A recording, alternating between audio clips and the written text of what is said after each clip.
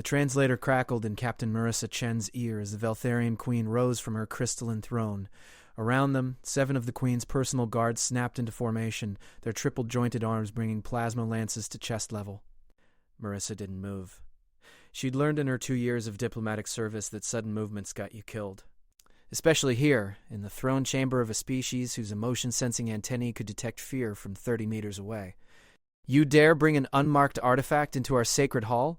The queen's voice reverberated through the translation matrix, each word carrying harmonics that made Marissa's teeth ache. Marissa looked down at her hand, at the simple titanium ring her grandmother had given her before the cancer took her. She'd worn it on a chain around her neck for 6 years, only transferring it to her finger this morning because the clasp had broken during the shuttle descent. "Your Majesty, this is a family heirloom. It carries no threat." The queen's sensory stalks flared crimson. In the corner of her vision, Marissa saw Ambassador Torres take a half-step back. His face had gone pale. "Torres," Marissa said quietly, "what aren't you telling me?" But the queen spoke first, her voice dropping to a register that made the floor vibrate. "You know perfectly what this means, human. The Circle of Binding, presented before witnesses in the Hall of Eternal Voices. You have declared your intent." Marissa's stomach dropped. She looked at the ring again. Just a simple band, slightly worn with a microscopic engraving her grandmother had commissioned. "Forever forward." "I don't understand. It's just a ring." The queen descended the dais, each step measured and precise. Her 4 eyes never left Marissa's face. "Just a ring," she claims. After her people spent 3 cycles studying our customs. After her government sent 17 cultural analysts to decode our bonding practices. "Your Majesty, I think there's been a... Do you deny that you wear the circle? That you placed it upon your finger in this hall, before my throne, while my court bears witness?" The queen's antennae swept the room. Every guard, every attendant, every minor noble stood frozen, waiting. Marissa felt sweat sliding down her spine. "I don't deny wearing it, but I had no intention of... intention." The queen stopped 3 meters away, close enough that Marissa could see the subtle bioluminescence patterns shifting beneath her translucent skin. "Your species always speaks of intention, as if actions carry no weight without perfect knowledge, as if consequences bow to ignorance." Ambassador Torres finally found his voice. "Your Majesty, Captain Chen is merely a security escort. She has no authority to make binding declarations on behalf of Earth." The queen's head swiveled toward Torres with serpentine grace. "Then your government sends fools to guard its diplomats, equips them with sacred symbols, and provides no context?" She turned back to Marissa. "Or perhaps Earth seeks to mock us, to test whether we will enforce our own laws when faced with claims of innocent misunderstanding." Marissa's tactical training kicked in. Assess, adapt, survive. "Your Majesty, help me understand what I've done." The queen's antennae shifted from crimson to deep violet. Curiosity, Marissa remembered from the briefings. Or was it contempt? The color spectrum chart had been so damned complicated. "You truly don't know." The queen's voice carried something that might have been wonder or disgust. "Your Ambassador Torres, who claims such expertise in our ways, did not think to warn his own guard detail about the Circle of Binding." Torres's face had progressed from pale to greenish. Captain Chen was a last-minute replacement. Commander Okoye was injured during the silence. The queen didn't raise her voice. Didn't need to. The temperature in the room seemed to drop 10 degrees. "I speak to the one who wears the circle." Marissa met the queen's gaze, all 4 eyes, burning with an intelligence that had built an interstellar empire while humanity was still painting caves. "I'm listening, Your Majesty. Among my people, the circle is sacred. It represents the eternal bond between souls who choose to bind their lives together. In the old times, before we reached the stars, warriors would forge their own circles from the metals of fallen enemies. They would present these circles to the one they wished to bond with, in a hall of witnesses, before a figure of authority." The queen's voice softened slightly. "Do you begin to see, Captain Chen?" "Oh, hell. Marriage," Marissa whispered. "You think I'm proposing marriage?" "Not proposing, declaring. There's no question in our bonding rights. One declares, the other accepts or refuses, and all witness the truth of it." Marissa's mind raced. Earth's first contact with the Veltharian Empire had happened only 5 years ago. The cultural exchange was still new, fragile. Wars had started over less, and if the declaration was made in ignorance, the queen's antennae flared bright yellow. Definitely anger. Then the ignorant one faces judgment for disrespecting our most sacred tradition. The penalty is exile from all Veltharian worlds. Forever. Which would mean the end of Earth's diplomatic relationship. The end of access to Veltharian technology. The end of humanity's best chance at joining the galactic community. Marissa looked at the ring on her finger, at her grandmother's last gift. Your Majesty, what if I don't withdraw the declaration? The throne room went absolutely silent. The Queen's antennae cycled through 3 colors Marissa had never seen before. What did you say? Marissa took a slow breath, in through the nose, out through the mouth, just like her grandmother had taught her during those long hospital nights. If I've made a declaration, even accidentally, then I should see it through. That's what my grandmother would have wanted. What does your law say happens next? Ambassador Torres made a strangled sound. The Queen stared at Marissa for a long moment, her 4 eyes unblinking. You would bind yourself to me? To save your people's honor? I would bind myself to you because I've already dishonored your customs. Withdrawing now would only compound that dishonor. You understand nothing of what you offer. Then teach me. Pure white. Marissa had no idea what that meant, but the guards had lowered their lances slightly. Very well, Captain Marissa Chen of Earth. I accept your declaration. Let the bonding proceed according to ancient law. Marissa heard Torres collapse behind her, but she kept her eyes on the Queen and on the simple titanium ring that had just changed everything. The ceremony began within the hour. Marissa barely had time to process what was happening before a contingent of the Queen's attendants, sleek beings with opalescent skin and movements like flowing water, ushered her into a preparation chamber. They stripped away her uniform with practiced efficiency, replacing it with a garment that felt like liquid metal against her skin. The bride's shroud, one attendant explained through the translation matrix. It signifies your willingness to be reshaped by the bond. Marissa caught a glimpse of herself in a polished wall surface. The shroud clung to her like mercury, shifting colors with each breath. She looked alien to herself. Ambassador Torres appeared in the doorway, his face still pale but composed now. Chen, you don't have to do this. We can find another way. Like what? Start a war over a wedding ring?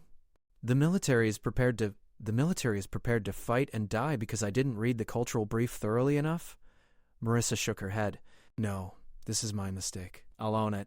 You're talking about binding yourself to an alien queen for life. Their bonding ceremonies are permanent, Chen. There's no divorce, no annulment. Once the bond is sealed, it cannot be broken, except by death. Marissa touched the ring, still on her finger beneath the shroud. My grandmother wore her ring for 47 years, until the day she died. She said commitment meant something only when it cost you something. She met Torres's eyes. This costs me, but it saves Earth's relationship with the Veltharians. That's a trait I can live with. Torres was silent for a moment. Then he nodded slowly. Your grandmother would be proud. Or horrified. Possibly both. Definitely both. The attendants returned, gesturing that it was time. Marissa followed them through corridors that grew progressively darker, lit only by bioluminescent fungi clinging to the walls. The air grew thick with incense that made her head swim. They emerged into a circular chamber carved entirely from black stone. The Queen stood at the center, also clothed in a shroud, though hers pulsed with deep purple light. Around the circle's perimeter stood hundreds of Veltharians, their antennae creating a forest of sensory stalks that tracked Marissa's every movement. An elder Veltharian, skin so translucent Marissa could see the organs pulsing beneath, stepped forward. We gather to witness the binding of Queen Shaltara, 7th of her name, Empress of the Veltharian Reaches, and Captain Marissa Chen, representative of the human homeworld. Representative. Marissa bit back a hysterical laugh. She represented humanity now, apparently. The elder continued, The ancient law is clear. One declares, one accepts, and the bond is sealed through the exchange of essences. Do both parties consent? I consent, the Queen said, her voice resonating through the chamber. All eyes turned to Marissa. This was it. The last chance to back out, to damn the consequences and run. She thought of her grandmother, wasting away in that hospital bed, still wearing her ring, still believing in promises kept. I consent. The elder raised 4 crystalline daggers. Then let the exchange begin. Before Marissa could ask what that meant, the elder moved with shocking speed. One dagger sliced across the Queen's palm, another across Marissa's. The pain was immediate and sharp, but she'd been through worse in combat training. "Press your hands together," the elder commanded. Marissa stepped forward, meeting the Queen's gaze. Up close, she could see emotions flickering across those alien features. Doubt, curiosity, something that might have been fear. Their palms met. Their blood mingled. The Queen gasped, her antennae flaring white again. I feel your thoughts." Marissa felt it too. A presence in her mind, alien and vast, touching the edges of her consciousness with tentative curiosity. She opened herself to it, letting the Queen see her memories, her grandmother's last smile, her first day at the academy, the moment she'd volunteered for the diplomatic corps. The Queen's presence in her mind shifted, warmed. "You truly meant no disrespect. No, I swear it. And yet you went forward anyway, knowing you might bind yourself to someone you barely know. Seemed like the right thing to do. A pulse of something, amusement, affection, rippled through their mental connection. Your species is either incredibly brave or catastrophically stupid. Why not both?" The Queen's laugh echoed through their bond and through the chamber simultaneously. Around them, the assembled Veltharians stirred, antennae shifting through rainbow colors. "The bond accepts," the elder cried. "The binding is complete." Their joined hands began to glow, a mixture of human red and Veltharian silver blue that swirled together like galaxies colliding. Marissa felt the Queen's presence settle into her mind. Not controlling, not overwhelming, but there, permanent. "You'll need quarters in the palace," the Queen said aloud, releasing Marissa's hand. The glow faded, leaving matching scars on their palms. "And we'll need to establish protocols. I've never had a human consort before." "Consort?" Marissa's voice cracked slightly. "Did you think bonding to a queen made you anything less than royalty?" The Queen's antennae turned pale blue. Amusement, Marissa was fairly certain. "You're the Queen's consort now, Captain Chen. That comes with certain responsibilities, such as advising me on human customs, attending state functions, helping maintain the bond." The Queen paused. "And explaining to your superiors why their security officer just became Veltharian nobility." "Oh, Command was going to love that." The ceremony concluded with ritual chants Marissa didn't understand and the presentation of gifts she had no idea how to accept gracefully. Through it all, she felt the Queen's presence in her mind, offering gentle guidance. "That one is from the military caste. Bow deeply. This one is from the science collective. Touch antennae in greeting." "How are you doing this?" Marissa asked through their bond. "The same way you're showing me how much you hate formal ceremonies." "The bond shares more than thoughts, Marissa. It shares understanding." By the time they returned to the Queen's private chambers, our private chambers, the Queen corrected through their bond, Marissa was exhausted. The adrenaline crash hit hard and she sank onto a seat that molded itself to her human frame. The Queen dismissed her attendants with a gesture. When they were alone, she removed her shroud and stood in her natural state, skin glowing softly with bioluminescence. "Are you afraid of me?" the Queen asked. Marissa considered the question honestly. "Yes, but not because you're alien." "Why then?" "Because I've bound my life to someone I don't know. Because I have no idea if I made the right choice.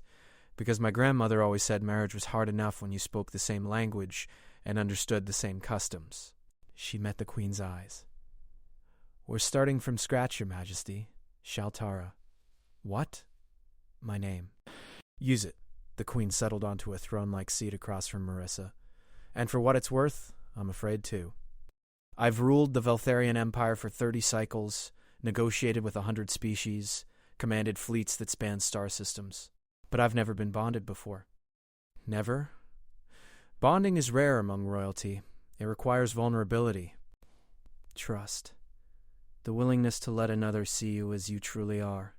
Shaltara's antennae drooped slightly. "I wasn't sure I'd ever find someone willing to see past the crown."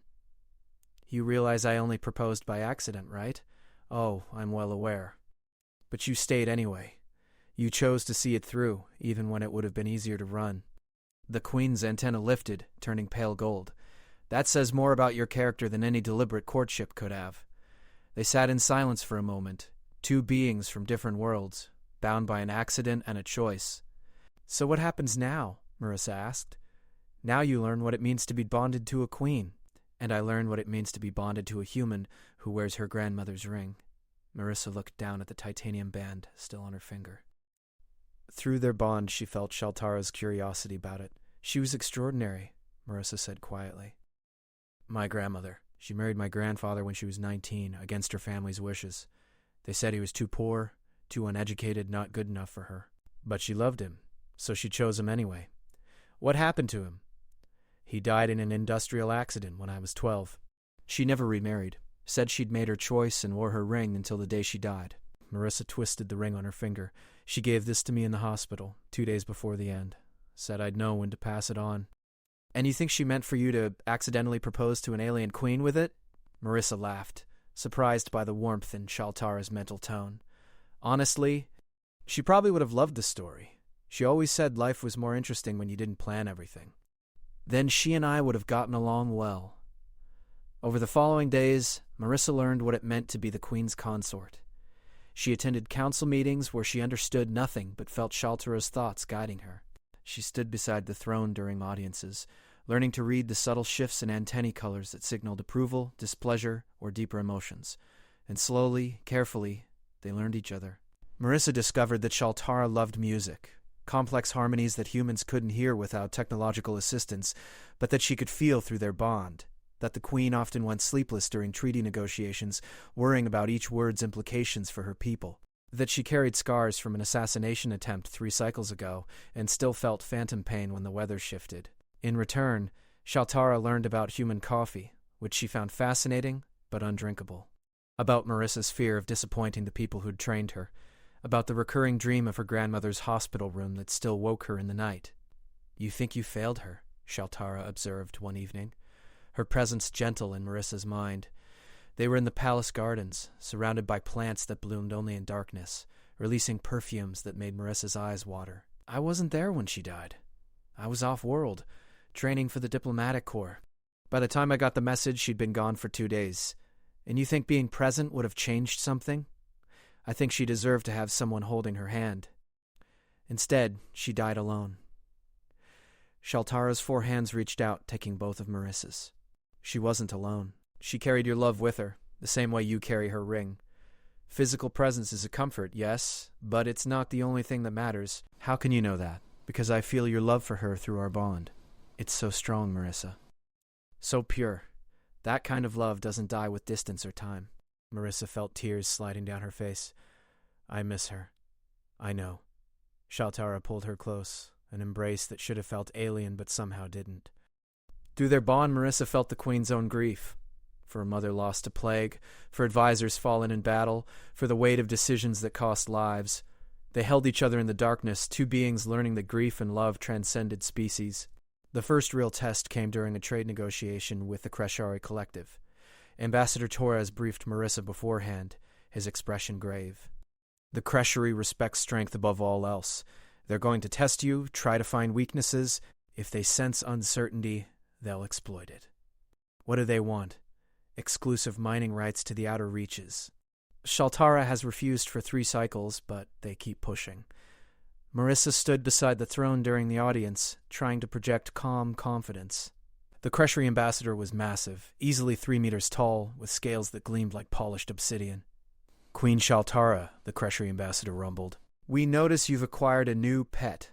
Through their bond, Marissa felt Shaltara's anger spike, but the Queen's voice remained level. You will address the Queen's consort with respect, Ambassador, or this audience is concluded. Consort. The Kreshari's laugh sounded like grinding stones. You've bonded yourself to a soft-skinned creature that can barely survive on half the worlds in this sector. What does this say about the great Veltharian Empire? Marissa felt Shaltara preparing to respond, but she spoke first. It says that the Empire values courage and honor over physical strength, Ambassador. Qualities your people might consider cultivating. The throne room went silent. The Kreshari ambassador's eyes narrowed. You dare, I dare to speak truth. You've been asking for mining rights for 3 cycles, and the answer has remained no. Yet you return again, hoping repetition will succeed where logic has failed. That's not strength, Ambassador. That's stubbornness verging on stupidity.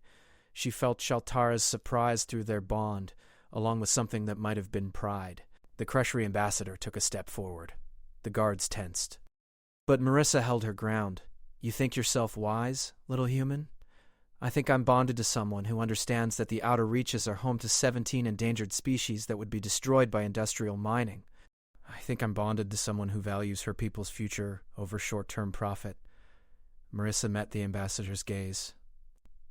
And I think you already knew that, which makes this annual request nothing more than theater. The Krishari stared at her for a long moment. Then, shockingly, he laughed. Perhaps the Empire hasn't grown entirely soft. Very well. We withdraw our request. For now. But we'll be watching you, Queen's Consort. After the audience concluded and the Krishari departed, Shaltara pulled Marissa into a private chamber. That was incredibly reckless. I know. I'm sorry. I overstepped. You were magnificent. Shaltara's antennae blazed gold. Do you know how long I've wanted to say those exact words to that pompous fool? Then why didn't you? Because queens must be diplomatic. Consorts, apparently, can be honest. She touched Marissa's face with one hand. You're going to shake things up around here, aren't you? Is that allowed? It's required. The Empire has grown stagnant, too concerned with protocol and precedent. We need fresh perspectives, human perspectives. Over the following weeks, Marissa found her role evolving. She wasn't just the Queen's Consort anymore. She was an advisor, a bridge between human and Veltharian thinking. When disputes arose, Shaltara would ask her opinion, valuing the different lens through which she viewed problems. But it wasn't always easy. The bond that connected them grew stronger each day, which meant they felt each other's pain more acutely. When Marissa learned that her former commander had died in a shuttle accident, the grief hit her like a physical blow. And through their bond, Shaltara felt every bit of it. The Queen found her on the palace roof, looking up at Earth's star, barely visible among the constellation humans called Orion. I should have been there, Marissa whispered. If I hadn't accepted this assignment, I would have been on that shuttle too. Maybe I could have died with them? Shaltara settled beside her. Or maybe you would have simply added one more name to the casualty list. You don't understand. Commander Okoye was supposed to be here, not me. She was the one who should have worn the ring, who should have made the declaration. I'm just the substitute who screwed everything up. No. Shaltara's voice was firm. You're the one who chose to stay, the one who chose honor over escape. That makes you exactly where you belong. I'm not sure I believe that. Then believe this. I'm grateful it was you. Not because I wished harm on your Commander Okoye, but because... Shaltara paused, her antennae shifting through a dozen colors. Because in all my cycles of ruling, I've never felt as understood as I do with you. The bond shows me your thoughts, yes, but more importantly, it shows me your heart. And your heart is brave and true, even when you doubt it. Marissa felt tears threatening again. How do you always know the right thing to say? Because I feel what you need to hear. Shaltara took her hand. That's what the bond is, Marissa. It's two souls learning to support each other, even when the universe seems determined to break them. That night, lying in their shared chamber, Marissa felt the bond settle into something deeper than mental connection. It was trust. Understanding. Maybe even the beginning of something that looked like love. Shaltara? She whispered into the darkness. Yes, my grandmother would have liked you. Through their bond, she felt the Queen's joy, warm and bright as a sun. I wish I could have met her. Me too. They fell asleep like that. Two beings from different worlds, connected by an accident that had become a choice, and a choice that had become something neither could have predicted. 6 months into the bonding, Earth sent a formal delegation to the Veltharian homeworld. Marissa stood beside Shaltara's throne as her mother walked into the audience chamber, flanked by military officers and government officials. Elena Chen had the same sharp features as her daughter, though her hair had gone silver and her eyes carried the weight of too many diplomatic crises. She stopped before the throne, her gaze moving from Shaltara to Marissa and back again. Your Majesty, Elena said carefully, I've come to discuss my daughter's situation. Bonding, Shaltara corrected gently. Your daughter is my consort, Ambassador Chen. That is not a situation. It's a sacred commitment. A commitment she made under duress. Mom? Marissa started, but Shaltara touched her arm lightly. Let her speak. Elena's jaw tightened. My daughter is a trained officer, not a diplomat. She had no business being in a position where a simple piece of jewelry could be misinterpreted as a marriage proposal. And once the misunderstanding occurred, she should have been extracted, not forced to go through with an alien bonding ceremony. No one forced her, Shaltara said. She chose. She chose to sacrifice herself to prevent an international incident. That's not the same as choosing a life partner. Marissa stepped forward. You're right, Mom. I didn't choose Shaltara originally. But I choose her now, every day. Elena's eyes softened slightly. Marissa, honey, you don't have to. I'm not doing this out of duty anymore. I'm doing it because the bond we share is real, because I've learned more about myself in the past 6 months than I did in my entire military career. Because when I'm with her, I feel like I'm exactly where I'm supposed to be, even though it means giving up your commission. Your career? Who says I'm giving it up? Marissa glanced at Shaltara, who nodded encouragingly. I'm serving in a different capacity now, helping build bridges between our species. Isn't that what you always wanted from me, Mom? To make a difference. Elena was quiet for a long moment. Then she turned to Shaltara. If my daughter is to remain as your consort, I need to know she'll be protected, that she won't become a political pawn. Your daughter is the Queen's consort, Shaltara replied. That makes her one of the most powerful beings in the Empire. Anyone who threatens her threatens me, and I protect what is mine. The possessiveness in Shaltara's tone sent a warm flutter through Marissa's chest, which the Queen definitely felt through their bond, judging by the amused flicker of her antennae. Elena studied them both, then sighed. You really love her, don't you? Both of you. Marissa met her mother's eyes. Yeah, Mom, I really do. Then I suppose I can't argue with that. Elena's expression softened into something almost like approval. Though I reserve the right to be scandalized that my daughter's wedding was officiated by an alien elder while I was 3-star systems away. There's going to be a human ceremony too, Shaltara interjected. We thought it only appropriate to honor both sets of traditions. Oh, Aina blinked. Well, that's thoughtful. Your daughter has taught me much about human customs, including the importance of family witnessing important moments. Over the next few days, the delegation witnessed the depth of the bond between Marissa and Shaltara. They saw how the Queen consulted her consort on matters of state, how Marissa could calm Shaltara's temper with a touch, how they moved around each other with the unconscious grace of two beings completely in sync. On the final night of the delegation's visit, Elena pulled Marissa aside.